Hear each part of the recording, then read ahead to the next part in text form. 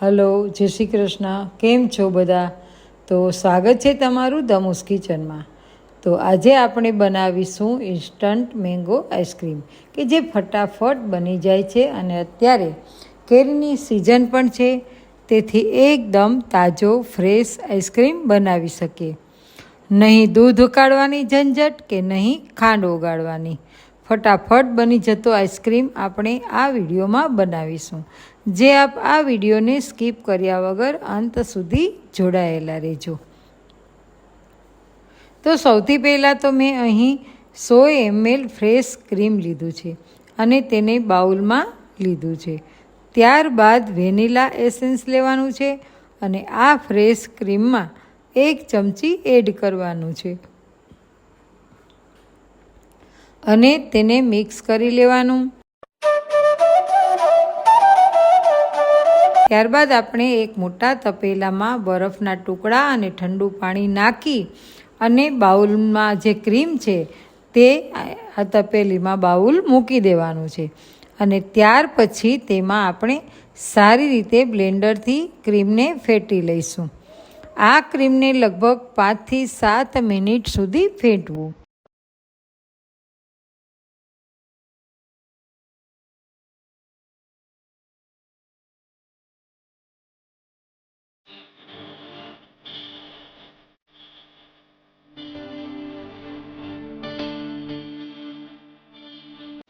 ત્યારબાદ ક્રીમ ફેટાઈ જાય પછી તેમાં કન્ડેન્સ્ડ મિલ્ક મેડ છે એ એડ કરવું અને ત્યારબાદ તેને ઝેરણીની મદદથી સારી રીતે મિક્સ કરી લેવું.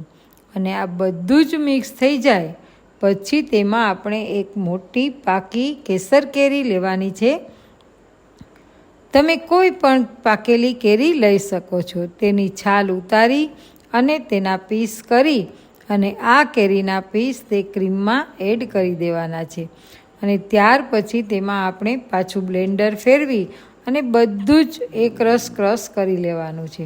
અને બ્લેન્ડર ફેરવાઈ જાય એટલે તમે આ આઈસ્ક્રીમને બાઉલમાં લઈ અને ફ્રીઝરમાં રાખવા માટે બાઉલમાં નાખી દેવું. મેં અહીં પ્લાસ્ટિકનું બાઉલ લીધું છે અને તેમાં આ બ્લેન્ડરમાં ફેરવેલું બધું જ ક્રીમ છે તે બાઉલમાં એડ કરી દીધું છે અને પછી તેને ઢાંકણ ઢાંકીને 10 થી 12 કલાક માટે ફ્રીઝરમાં ઠંડુ થવા એટલે કે જામવા માટે રાખી દીધું છે. તો સવારે 10 વાગ્યા પછી જોઈશું તો ઢાંકણ ખોલીશું તો જુઓ આઈસ્ક્રીમ એકદમ સરસ મજાનું જામી ગયું છે અને તેને આપણે હવે એક કટોરીમાં સર્વ કરીશું.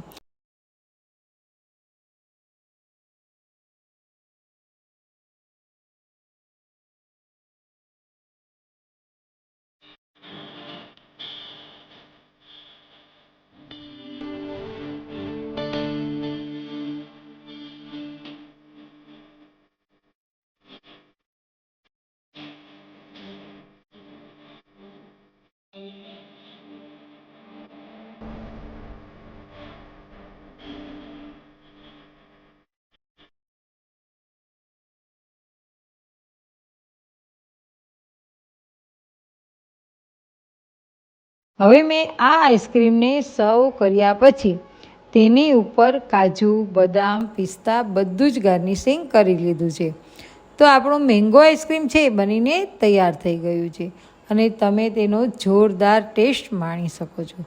તો થઈ ગયું ને ઇન્સ્ટન્ટ એકદમ ફટાફટ તૈયાર આઈસ્ક્રીમ. તે આપ ચોક્કસથી ટ્રાય કરજો અને આ આઈસ્ક્રીમમાં જરા પણ બરફની કણીકનો ભાગ તો છે જ નહીં, પરંતુ આપણે આ આઈસ્ક્રીમને હવે બીજી વાર મિક્સર જારમાં પીસી લઈશું. ત્યાં સુધીમાં આપણે આ આઈસ્ક્રીમમાં નાખવા માટે થઈને કાજુ, બદામ, પિસ્તાના નાના નાના ટુકડા કરી લેશું. બીજી વાર તો તમારે પીસવું હોય તો જ પીસવાનું, પણ નહીંતર નહીં પીસવાનું.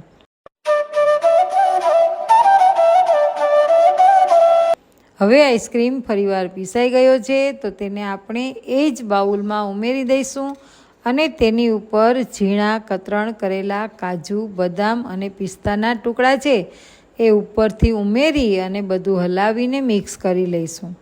અને ત્યારબાદ પછી તેની ઉપર પ્લાસ્ટિક રાખીને બાઉલનું ઢાંકણ ઢાંકીને પાછું 10થી 12 કલાક માટે ફ્રીઝરમાં રાખી દઈશું. એટલે કે આખી રાત રાખી દઈએ તો ચાલે. તો 12 કલાક પછી જોઈશું તો એકદમ સ્મૂથ મેંગો આઈસ્ક્રીમ તૈયાર થઈ ગયો છે.